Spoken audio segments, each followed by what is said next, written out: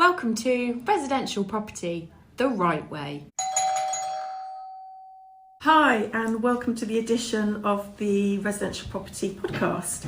So this episode, I have got Richard Dundee with me, who's part of our private client department. Good morning, Toni. Good morning, Richard. So we are going to be talking about why you need a will. So I guess if somebody has just sold a property or just bought a property, we would be saying to them, look, your next step is really to think about wills because it's an important process to get your will in place. Why would you say that is? So for me, everyone should have a will, is the honest answer. As soon as we turn 18, we all have something, be that the clothes on our back, the money in our bank account. If we're a bit older, we've got property, cars, we've got children to look after, we've got wishes that we want to have honoured when we pass away. So there are plenty of reasons why a will is important. When we have a house, or when we purchased a house with somebody else, it becomes more important not only to ensure that that asset, your share of that asset, passes to the right people, but also to provide a bit of security for the person that you're buying the house with. So for an example, if I passed away without a will, the rules of intestacy, so these are government rules which set out who should inherit if I haven't got a will, might say that my share of the house will pass to my parents rather than my partner or my children. Now that could put my partner in a fairly precarious position. Yes. When my parents are knocking on the door saying, Get awfully sorry, we want our share, or we want our son's share to be sold, and we want to, disappear. So a good will, and I think that's the important thing here, just having a will is not good enough. A good will try and provide protection for the person you've bought the house with, but also protect your wishes as to where you would want it eventually to go. So if you are buying a house with somebody, so you're buying it together jointly, would you still need a will? Or is it only if you're buying the house and your partner's living with you? You've thought about these questions, Toni. It's a very good question. I know. So as you know, and I'm sure you describe to your clients when we're purchasing properties, there are two ways to hold a house jointly, or two common ways of holding a house together. So the first is joint tenants, and the second is tenants in common. And I get asked these questions an awful lot in my will meetings. Depending on what you want your will to do, will depend on how you should own that property with the person you're purchasing. So let's take me and my wife, for example. I might be perfectly happy with my share of the property passing to my wife. I could make a will, leaving my share of the property to my wife, or I could own my share of the property as joint tenants with my wife. Now what that means is that my share will automatically pass to my wife when I pass away. So joint tenants, the share will automatically pass to the surviving owner. And that doesn't go through wills or intestacy, that kind of bypasses it all. It does, it's all automatic. Yeah. The rule of survivorship, we would call it. Now, contrast that to if I wanted my share of my property to pass to my children, or to my parents, or to my sister, or to my loved ones. My friend Bob. Down the pub. Bob There's always a Bob down the pub in my podcast. So if I wanted my share to go somewhere else, holding it as joint tenants wouldn't be the right idea because it's going to automatically go to my wife. So what I would do is I would want the house to be purchased as tenants in common. Or when I come to make my will, I would want the property to be changed so that we are holding that property as tenants in common. And that's a really simple process. It is. It's signing a form. That's all it is. Yes. Now, tenants in common, as I say, simply means that my share will go through my will to whomever I want it to go to. Okay. So it's having that conversation with your lawyer when you're purchasing the house and thinking about how are we going to hold this together. But then at the same time thinking, well, where do I want it to go next if I was to pass away? Now, a lot of people, Toni, I'm sure you're not one of them, but a lot of people think, well, if I'm going to make a will, what I'm doing is I'm tempting fate. So I won't, because A, I'm not going to die for another 40, 50, 60 years, or ever. Yeah, ever. If you know the secret that I don't know, tell me after the podcast. Or if I do it, I'm tempting fate and it's just going to come around the corner. We all know that's a bit of a nonsense. Mm-hmm. We all know we're going to pass away at some point. That's a given. So everybody should have a well-formed will that details where they want their assets to go to. But when it comes to owning a property with somebody else and the interaction of that with the will, those conversations need to happen pretty much together at the same time. So I've just purchased a house with somebody. Now I need to figure out how I'm going to hold it with them and where I want it going next. Now, there are some wonderful things you can do in your wills. I could just choose to leave my half of the house to my children. I could decide to leave my half of the house to my wife.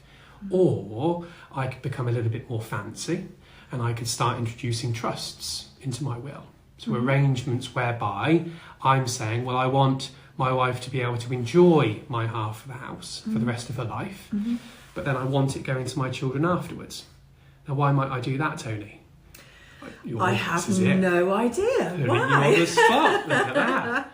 Well, two reasons really. One, if I leave everything to my wife, and she's fairly young, that sounds really odd, doesn't it? Well, so am I, but we're both fairly young. If I leave everything to my wife in a simple will, and then I pass away, my wife might decide to get remarried.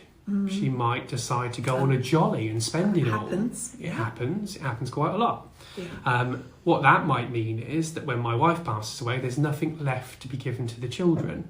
Or she might have made a new will, leaving it all to her new husband. So if I wanted to secure my share of the house for my children, what I would be saying is, I'm going to leave my half to the children when I die, but I'm going to introduce this trust arrangement whereby my wife gets to enjoy it during her lifetime. And I suppose at that point you can also put in something about if she remarries. Absolutely. Or if she decides to move out, what happens then? Yes. So there are options available, aren't there? There are. And that conversation is always a tricky conversation in the meetings I have. Yeah. And it's normally one or the other who decides to introduce that kind of provision. But the remarriage provision is quite common. So, for example, if my wife passed, leaving her share of the house to me to live there for the rest of my life and then onwards to the children, she might say, well, Richard, if you remarry and move another lady in, I want that house to be sold and I want my children to get my share straight away.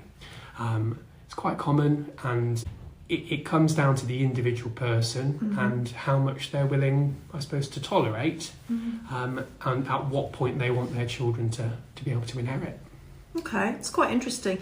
And I guess if you're going from the other side, so you've sold your property, you've now got a wad of cash in your bank, why would you do a will on that basis? Same reasons, I suppose. I want to make sure that money goes to the right people. It may be that the size of the wad of cash is quite significant, and it might be that I want to get a will in place to make sure it goes to the right people, or to make sure that the people that I leave it to don't lose that money. Inheritance tax you're thinking of? So I'm thinking inheritance tax protection. I'm thinking that on occasion, and I'm sure you and I, Toni, would fall into this category on occasion, when we receive large bundles of money, which doesn't happen very often for me, I don't know about you. No. But there's always a temptation to spend. So it could be that I say, I want all of my money, let's pretend it's a couple of million. It's not, but let's pretend for a second. I know. Are you divorced? No, you're widowed now, aren't you? Am I? Yes, yeah. If you've got all this money now. Wow. Okay, so we've killed my wife off. Yes. I've got loads of money sitting in the bank account. These women are lining up now. Oh, Toni, thank you. This is it. I might say in my will, I leave everything to my children equally. Now the risk there is that my two children are going to receive a large pot of money as soon as I pass away. Now, there's going to be a little bit of administration involved in getting that money from my accounts to their account, but ultimately they're entitled to receive their share. If my children are fairly young, or even if they're in their early to late 20s, I look back at what I was doing in my early to late 20s, and I think I wouldn't have done well with $500,000 in my bank account. There's always a temptation to spend it. there's always new friends that appear Yes. very quickly when large sums of money. Can you pay for my trip on the holiday, or can you buy me a house, that kind of thing. So what I might want to do is I might want to try and include within the will, again, a different form of trust. So I might say, when I pass away, I want my children to be able to benefit from the funds that I've left, this pool of cash, but I'm going to give Toni the key to that treasure chest. So Toni, you're in charge now. Okay. You've got complete discretion when my children inherit. Now, I've laid out some wishes for you, and I've said, if they're good kids, if they've done X, Y, and Z, if they're sensible, if they're morally perfectly fine, give them what they need. But if they're up to no good, if they're hanging around with the wrong people, if they're not going to school, if they're doing X, Y, and Z, if they're into drugs or alcohol... Benefits and things, I suppose, as well. Things that maybe I didn't necessarily want them to be doing, or there are situations, there's a situation that they find themselves in that means having a large sum of money, such as being in receipt of state benefits, that might put them actually at a disadvantage. So what I could do is I could do exactly that. I could put my money into this treasure chest, hand you the keys, Toni, and now it's your decision as to when they get it. If my son comes to your door at 3 a.m. and says, Toni, I want all my money, I have to trust that you would be strong enough to say, no, go away. I'll give you a little bit here and a little bit there. Once you've sorted yourself out, I'll give you the rest. So this is where I come back to that point of, a will is good. You should always have a will, everyone, no matter how old or young you are, what assets you might have. Everybody has something, and we should make a will that leaves those assets to the right people. But the important thing is you have a good will. Yes. A will that considers the assets you have and the circumstances you face, but also considers what might happen to your loved ones when you're no longer here to look after them. So that would be my advice to anybody considering buying a house, or anybody at all.